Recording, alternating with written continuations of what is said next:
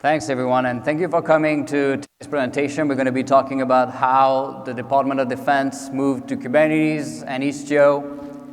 There's a little echo. Here we go. So we'll be sharing with you a little bit of the story of the last 16 months now that I joined the Department of Defense. And in case you don't understand my French accent, we don't have subtitles, so hopefully you're going to be able to follow on the screen what I'm saying, but that tells you the lack of talent we have in the Department of Defense, so we need Americans to help and join us, so please come work for us. So I'm the Chief Software Officer of the Air Force, but I'm also the DoD Enterprise DevSecOps Initiative co-lead with the CIO, the DoD CIO. So we're pushing DevSecOps for the entire Department of Defense, and that happened in 16 months. So we'll show you a little bit of what we've been doing. But I'm going to ask you a question first. I guess I can walk. Here we go. I'm going to stay here. A little question for a show of hands. Who has put Kubernetes on a fighter jet before? Okay. Who has put Kubernetes on the plane? A few more hands. What about a ship? Exciting. So I guess for the rest of you guys, you're going to see a little bit about what we've been doing. On the fighter jet, we're going to show you today that we have put Kubernetes on F-16s and how that happened. But first, I'm going to show you a little bit about the problem and what we were facing in DoD when I started, which is really initially focused on waterfall, right? So we have teams using waterfall DoD-wide, not using Agile, with a software delivery every 3 to 10 years. That's obviously a very slow pace, with a process to accredit software that can take anywhere from 3 months to a year. So you have a very slow manual process to accredit software with manual testing, manual security gates, and that's obviously not what we want in a traditional CICD pipeline. On top of that, we have massive teams, massive programs with a lot of people, and our partners with the DIB, which are the contractors and vendors, are mostly using waterfall, don't really understand at scale Agile, which is 19 years old, let alone DevOps, which is 10 years old. So that's obviously a big impediment to moving faster and bringing modern software best practices. So on top of that, you had the lack of talent, IT, enterprise services, cloud access, and high-speed internet. Even DNS can be a problem for us at scale. So we really have to solve all the common layers that you find in your companies that are brought to you as a turnkey service to use. We had to kind of build all these layers, and we'll show you a little bit about the layers we built today. But first, do you see a problem with this?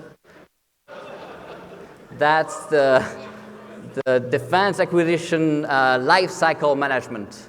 So I wanted to show you every little box, and we're going to go over every little box here. I'm going to spend if you have a month, we can go and talk about each box here.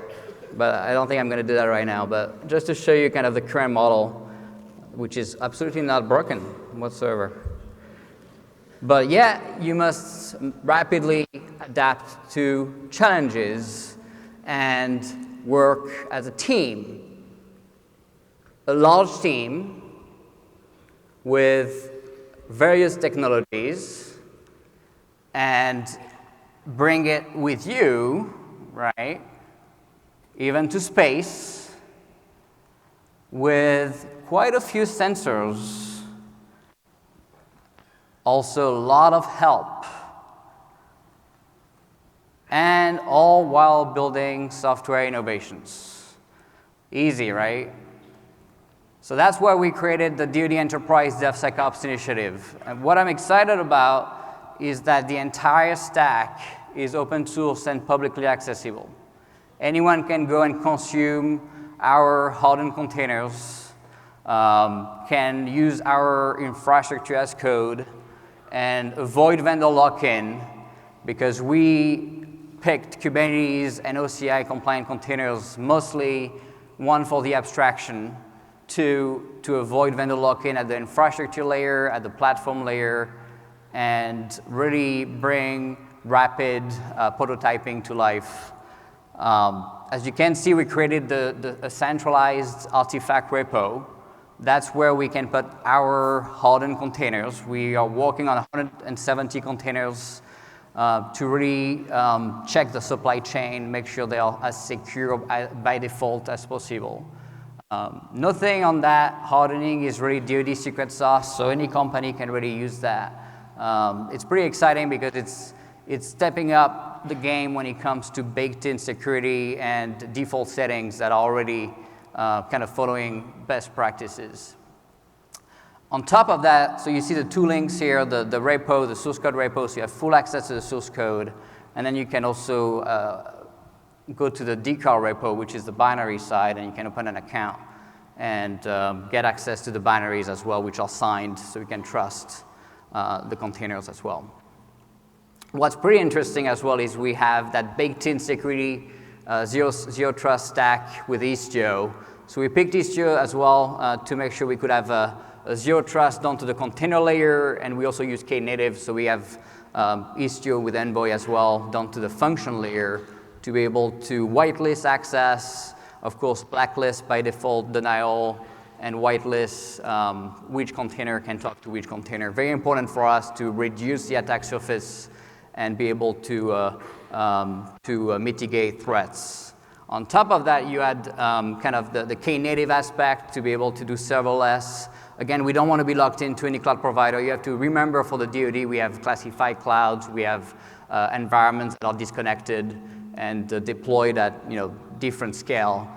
So if you're putting Kubernetes on the jet, you don't have the Amazon API or the Google APIs, right, to be able to orchestrate the stack. So you want to be able to bring everything with you and be in a disconnected mode, which is much harder than anything else, right? Because we're very used to updating using internet and having connectivity to internet, getting the updates directly from internet, right? So for us, we have to bring the entire stack with us and really do that in a disconnected mode, right, with no internet.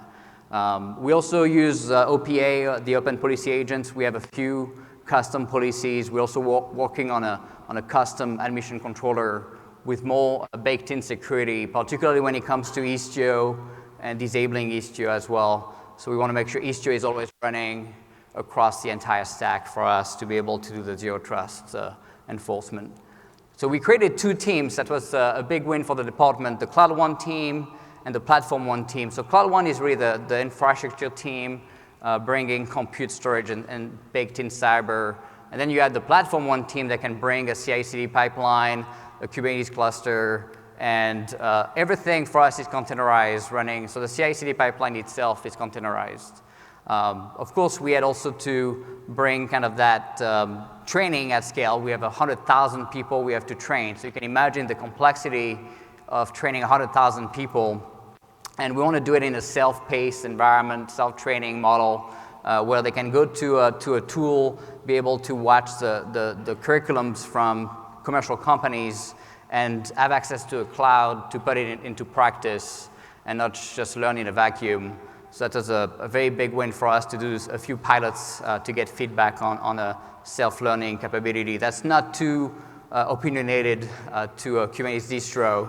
We can't be locked into VMware or OpenShift or any product, right? We want to be able to have that code work on any CNCF certified cluster.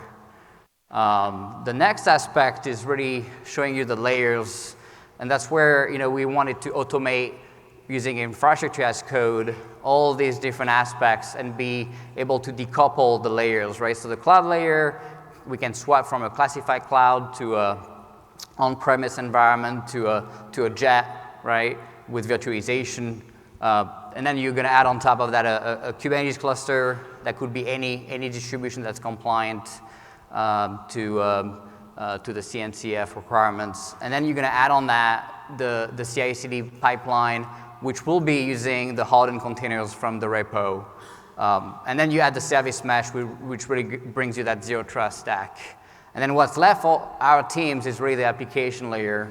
That makes it much easier for them to move to microservices and taking monolithic application, cutting it into smaller code base, and enabling reuse, right? You can imagine a lot of the code can be reused across teams, right? So if you take F-15, F-16, F-22, F-35 jets, you can imagine that if we build things in a more modular way, we can reuse a lot of the code across teams. So that's just an example of a pipeline for us. Everything runs on Kubernetes. Everything is containerized using the hardened containers. We don't believe in one-size-fits-all approach, so we give freedom to the teams to swap, containers. For us, it's kind of Lego blocks to be able to swap between products. So if someone likes, SonarQube better than 45 or checkmarks, they can pick. Same concept for programming languages. We support 16 programming languages, 23 databases. So that really opens the door to picking the best tool to get the job done.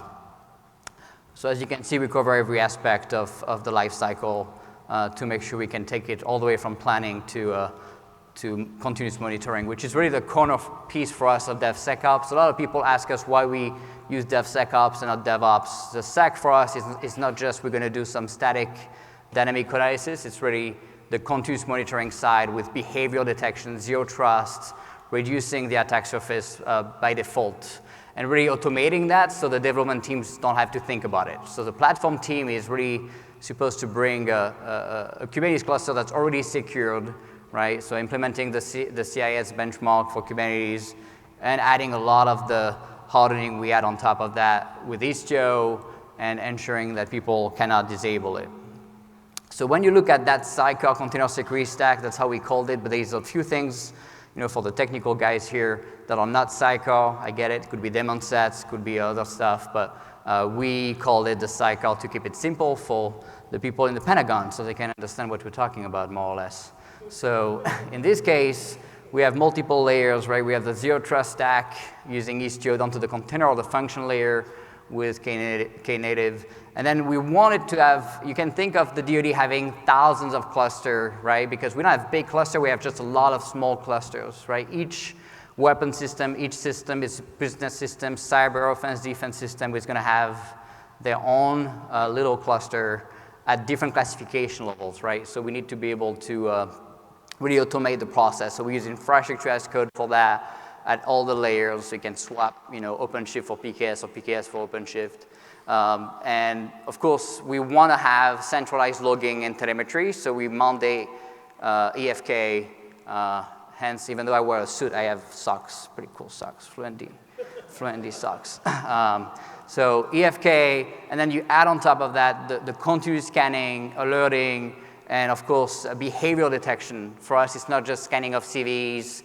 You find a lot of products today on the container scanning side that are focused on CVs, which is great, but that's really not enough. So we're pushing a lot on the behavioral detection side to detect what the container is running in terms of runtime. And of course, we scan the registry and we scan at build as well. But really, we find a lot of value on the continuous monitoring side of the house. And then on top of that, a lot of people forget about insider threat. So for us, it's very important to detect if a developer takes my container and is trying to remove the hardening we put into that container, right? And so we use Encore for that. We created custom policies to detect changes that would not be approved. So we let teams customize containers, right? So they can take my OpenJDK hardened container and use it as a base image. But then there's a point where I don't want them to remove my hardening, right? There's some stuff that they should not be allowed to change. And for that, we created custom policy that will detect changes in the Docker files and prevent it from being built, right? So very important for us. And then, of course, because with DoD, we have a fancy STIG compliance, so we use OpenSCAP to automate the STIG aspects. So more cool stuff now. We're going to start showing you a little bit of the F-16 stuff. So first, the team built pretty cool, I have to say, simulators, right? So if you look at this, it's kind of a giant Earth-looking bubble thing. And yes, Earth is not flat. I'm sorry. So it's a bubble. kind of thing, right? And they have like projection things. And the picture on the left, even though, I mean, you can barely tell, right, that this is not a real view from the jet, right? This is actually all inside that simulator where we can have pilots sit and play with the software updates and all that.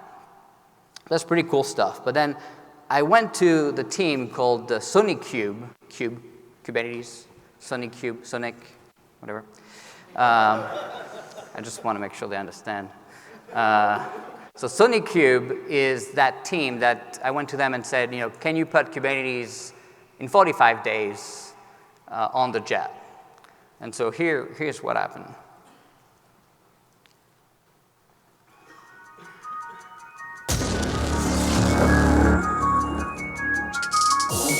The team is interested in investigating Kubernetes on the jet primarily as a response to increasing warfighter capability, delivery speed, and a more modern development practice that matches the industry.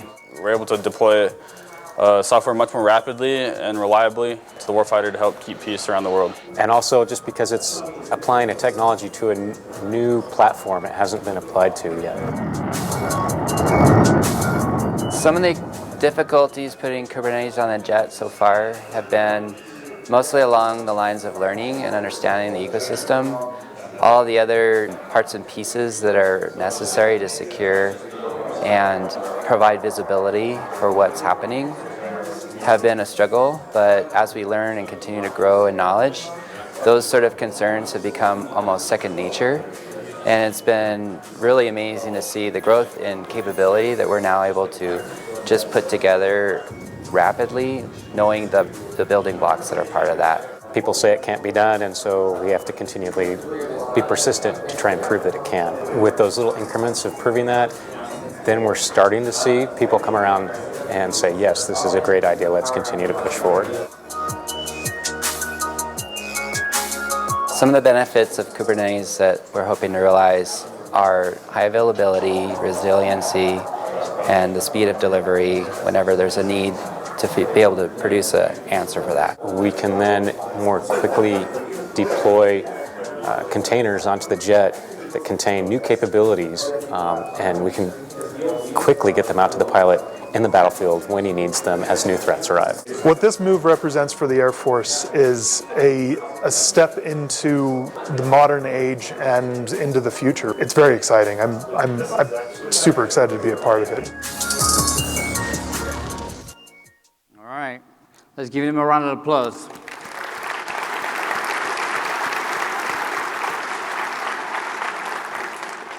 So this is kind of what it looks like. You can see the jet behind all the people in front of the jet, kind of blocking the view, unfortunately. But you can see that we have a screen on the left side here, and the screen is really mirrored on the top screen, so we can see better for the picture. But really, it's on the jet. It's running Istio and Kubernetes on the jet, and we did not have to change the legacy hardware, right? So this is all running on the legacy hardware. Again, in 45 days. The point for the team was really to demonstrate that one, it could be done, but two, also benefit from the flexibility of running microservices and bringing new containers. It could be AI machine learning capabilities where you need to react to some events, and you also need to be able to be resilient in terms of software crashing or something going wrong. So for us, that kind of flexibility was really critical. And that's why we've been pushing that abstraction layer. It's also been exciting to see that we can test things on the cloud and automate a lot of the testing until we push it to the jet, right? And at that point, you do a last set of testing, but really automating as much as possible of the test stack before we get to the hardware. So of course, there's always a hardware in the loop test for us because we want to demonstrate that it's going to behave the same way on the jet. But it's pretty exciting to see that you can emulate and automate as much as possible, both on the cyber scanning side and the testing side as well. So if Kubernetes is good enough for DoD weapon systems, it's probably good enough for your business. So join us. We need more talent, good people. You guys are leading the pack when it comes to Kubernetes and the cloud native community with the CNCF, and we want to make sure that we all benefit from it. So thank you for your time.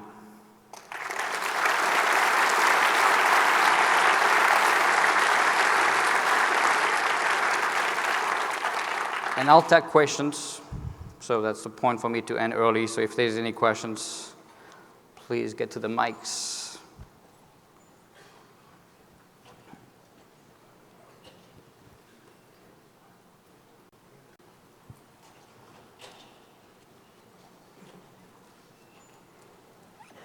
It was a great presentation. Two questions. One is, since this is DoD, I assume they're highly clarified in the environment. Do you have to comply with any FedRAMP or SOX in that way before you can deploy? So that first question. The second question is, what's your support model? Do you purely rely on the community, or you work with any company just in case something goes wrong? Yeah, so in terms of FedRAMP is really necessary when we buy something as a SaaS or PaaS product. That's why if companies have a cool capability, if they give it to us as a container, we can accredit the container and run it inside our environment. They can still sell the managed service and we pay per use and all that. But as long as you give it to us as a container, we can accredit it so you don't have to go through FedRAMP, which can take a year and quite a bit of money. So FedRAMP is also limited because we can't go higher to unclassified clouds. And for sure for us, all these systems are going to run on classified environments. So very important that we have it as a container and bring it with us. So if you have a cool COTS or open source software that you're supporting as a company, giving it to us as a container is the way to go. And so yes, we work with a lot of companies. We have about 25 companies on the repo. Commercial tools, open source tools like the GitLabs, the OpenShift, the PKS, whether it's a Kubernetes distro or whether it's a container kind of product, whether it's a source code repo, whether it's a cyber scanning tool, any kind of tool can be accredited by us, and we can accredit DoD-wide. So that gives you access to the entire Department of Defense, and many federal agencies are also using the containers. So you get access to DHS and DOJ and other agencies as well. Go ahead. Yeah, great. Hey, Grant with Replicated. So kind of more on this topic. I think seeing Kubernetes run in the jet is really quite a useful and interesting example. But more to this, like where else are you running Kubernetes in data centers where you're using it to power all of the sort of normal business activities that the Air Force is doing? Yeah, that's been of course the large focus. That's the jet is interesting, but it's a tiny piece of the rest of the work we're doing. We have a lot of business systems moving to cloud native environments, moving to microservices, being rebuilt right from the get-go. So a lot of the Kubernetes cluster is, of course, for the back-end side and AI, machine learning capabilities as well. Great, and that's all high side, so it's all sort of secure environment? It's both. We believe in the importance of being able to work on the unclassed side and push it up, right? And so being able to have that unclassed environment where you can bring stuff from internet and do your work is critical for us, and then pushing it up. So we have every layer. Great, thank you very much. Thank you. Thank you for the talk, Nicolas. My question is specifically to why you chose Istio and how that's benefiting you in comparison to other service meshes such as Linkerd, et cetera. Yeah, I think we wanted to move fast. We're going to probably be supporting at least 2 or 3 different service meshes on the long run. So we wanted to start somewhere. I think Envoy is clearly a winner when it comes to the proxy side. Istio, until it's part of the CNCF or something like that, is still debatable, right? And so for us, we wanted to give it a shot and put it to test and move fast. So that was kind of the step 0 for us. And now we're going to also be looking at other options, right? There's a lot of commercial tools as well. But the key for us is really the proxy side. Hi. Can you have this product that is deployed in a box in a disconnected environment. Can you talk a little bit about the development pipeline and what the developer experience is like. Is it connected, disconnected? And can you describe the CICD pipeline a little bit?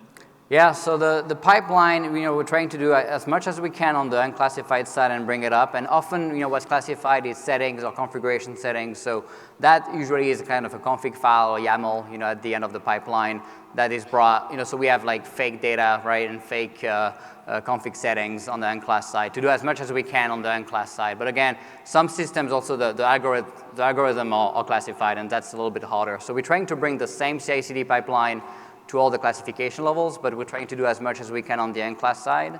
And that's why, we use the containers to instantiate the CI/CD pipeline, so there's no drift between environments, right? So you can think of unclass having, dev, test, staging, prod, but then you have the same thing on secret TS and so on, right? So that complexify if you had to maintain these CI/CD pipeline with the containers, it would be a disaster of drifts and different tools with different versions. So very important that we pick containers for that.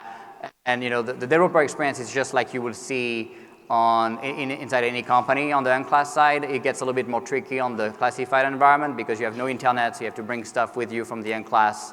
But we're trying to automate the push up, right? So it goes unclass to secret to TS with no human in the loop. Ideally, that's where we want to go. Thanks. Do you see yourself doing the same efforts after the JD contract, or do you think you are going to keep doing these agnostic environments? Sorry, can you say the last part again? Agnostic environments. Agnostic, you said? So the point is, do you have plans to switch or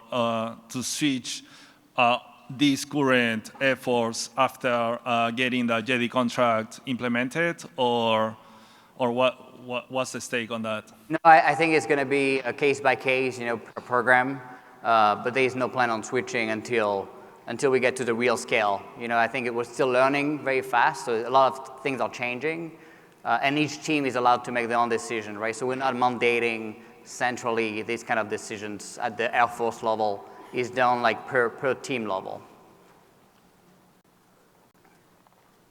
I'm wondering, how do you handle distributed decision making and redundancy while using Kubernetes-based flight control systems?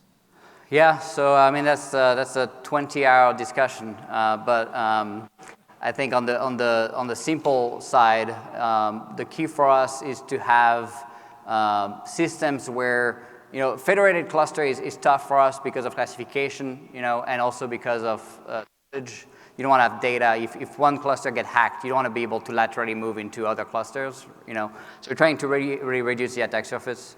And so, the HA piece for us is like more hardware. When it's disconnected, it's going to be more hardware.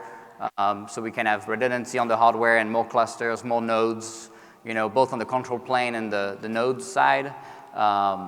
And the rest is getting more and more complex per program. So it's tough for me to answer the question. Right. So do you end up having like 3 independent Kubernetes clusters on a jet? Can you say that again? Do you run 3 concurrent Kubernetes clusters on a jet? Yes. Thank you. Thanks for the presentation. What did you find most challenging about the adoption of these tools that might inform improvements to Kubernetes and Istio? I think a lot of the work done on the Kubernetes side is not very well designed for disconnected environments. I think a lot of it is supposed to be on cloud, public clouds, and using cloud APIs. It's not doing always a good job when it comes to being disconnected and being agnostic. I fear the more we become opinionated in terms of the stack and all these Kubernetes distributions now, I think we have 90 now on the CNCF certified lists. Including quite a few that are from China, which obviously we cannot use. You can imagine the disconnected side can be a problem for us if it's badly done, and particularly when it comes to managing the cluster itself and updating the cluster itself. So you talked about fit for use, which is the release process or the release gating. How did you take your DoD fit for use processes and fit that into a very fast pipeline here? What's the word you're saying? FIPS? Sorry. Fit for use. Oh, sorry. Yes. That's the whole gated process where we really had to define steps. And at the DoD level, we just released a document that's actually accessible to anyone called the DoD Enterprise DevSecOps reference design that lists all the steps and the phases that software must go through to be able to be kind of DoD grade. And it shows kind of all the stages of a pipeline and what's kind of a minimal requirement in terms of an MVP pipeline versus like a real mature pipeline. So it enables teams to grow. And so I think it's doing a pretty good job at listing all the steps, both in terms of the basic static dynamic analysis side and the more complex, container security, behavior, zero trust stuff we're pushing, both at the endpoint to all the way to the cluster, and really making sure that no one is getting access to that cluster. Okay, so your slide said like 3 years between releases. What? Oh, the new time? Yeah, it's continuous, multiple times a day, like you guys do on the commercial side. Hi. What specifically do you like about Envoy? And are there any features other than the disconnected environment support you'd like to see on the Istio roadmap? So what we like about Envoy, first, it's open source and there's a pretty broad community and it's being adopted by most of the big players. So that's always giving us reassurance that it's something that we can use when you start having companies betting the entire stack on Envoy. That's usually a good sign that it's something that's going to be supported for a long time. So Envoy is also supporting a lot of features, even though we want to kind of push the envelope when it comes to new capabilities, like UDP support for us is important, things like that. So there's still a lot of gaps and it's still a pretty emerging technology. But can you repeat the second part of the question? Istio feature wish list other than the disconnected environments. Sorry, you're cutting off.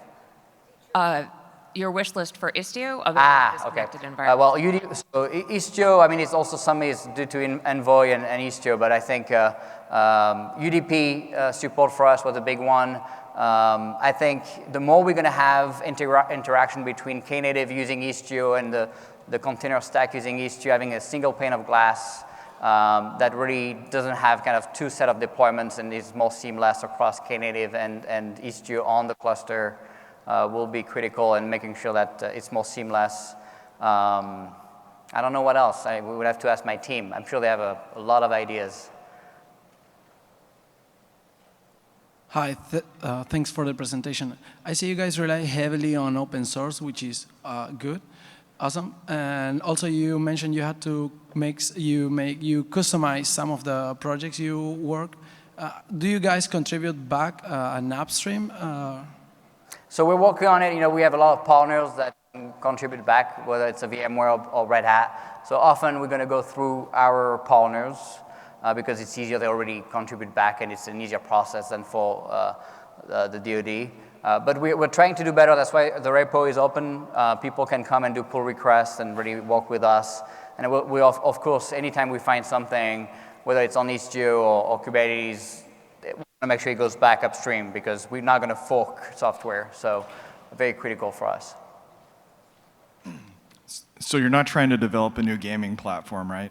No. Okay. The real question, how do you bring this open source culture into a very closed culture? Yeah, I think it's getting better. First we have a mandate in DoD to be able to publish 20% of our software open source that's not classified, which is already hard to do because it's not just about making it open source, it's sustaining it and making sure there's a community behind it. As you know, if it's just a stale project, it doesn't bring any value to the open source community.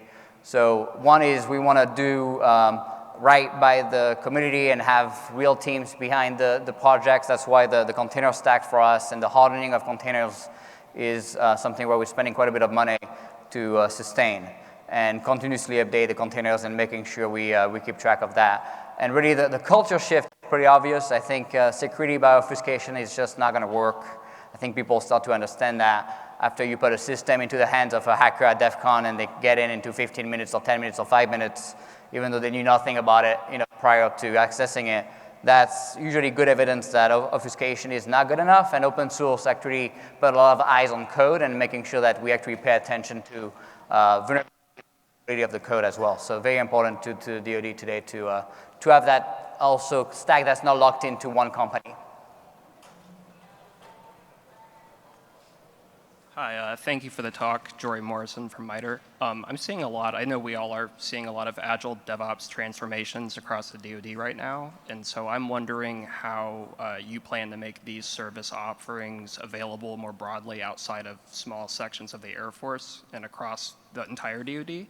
And also, the second part to that question, what is the point of convergence between this initiative and other initiatives that are going on right now, like Kessel Run, that have a tremendous amount of momentum, but maybe have slightly different approaches on how they do business and technologies? So obviously, Kessel Run and the entire force has different teams working on software. Kessel Run is moving to the same stack than we are. They started pretty early. They learned a lot. They brought a ton of value. I think we would not have been able to do what we're doing now without Kessel Run, right? They kind of opened the culture shift, and they demonstrated that you can get it done. But now we're moving to the enterprise version, right? That's broader scale. In fact, the Air Force is supporting all of DoD, not just the Air Force, right? So the Navy, the Army as well. And so Cloud One and Platform One, all kind of the two teams will be able to bring a DevSecOps pipeline in a week with an ATO, right? And that's kind of the goal for us, is to have that enterprise capability that anyone can go and leverage without having to rebuild all these stacks. So we have a full brief on the Cloud One, Platform One on the CSO website. I couldn't get into a lot of details here, but there's a lot of information online now. Yeah, so thank you. I'm currently working on a program where we don't have access to a lot of these service offerings, so I'd love to follow up with you. Shoot us an email. We want to make sure you get access to it. Will do. Thank you. Awesome. Hi. With a lot of this cloud native tooling that you're bringing in and skills and people you'd be bringing in to support it, what sort of process and people challenges have you had to adapt to such a closed environment? What sort of what? Sorry, you cut off with the audio. In a closed environment like this, bringing in people who have got skills in these traditionally connected and open platforms, what sort of process and people challenges have you had to adapt to that? Well, there's obviously a lot of culture shift that has to happen for the teams to be able to even agree to using these kind of technologies. So it's a training, the value, the return on investment on the abstraction layer. I think we get locked into a lot of tools, and for us it's very important not to get locked in anymore and to have these open source stacks and be able to move to different products. So I think that's been kind of the carrot, and also be able to accredit the software centrally and do it at scale. So each team doesn't have to do that. That was the other way for us to do the change, right?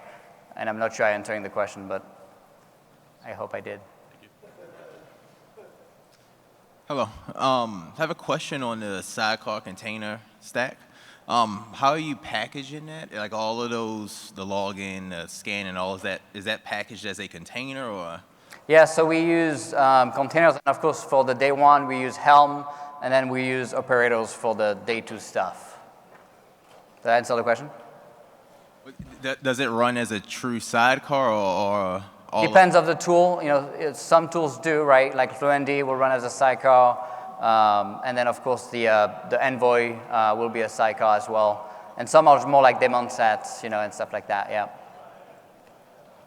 So I work for one of those government agencies, and there's no tutorial to set up a Kubernetes stack on AWS Gov Cloud, right? I don't have the same AMIs. Some of the features don't exist. Do you guys have a way to share some of that knowledge to help us? Yeah, on the repo we have the complete infrastructure as code to spin up an OpenShift, for example, to Gov Cloud with complete automation, already staked, already passing the requirements. We're going to do better and improve it. I think the documentation is lacking right now. Where do I go to find that information? The repo link was on the slide here, and that's that link here. The two links you see there. Yep. Thank you. Sure. Are we out of time?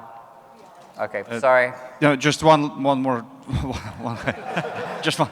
Okay.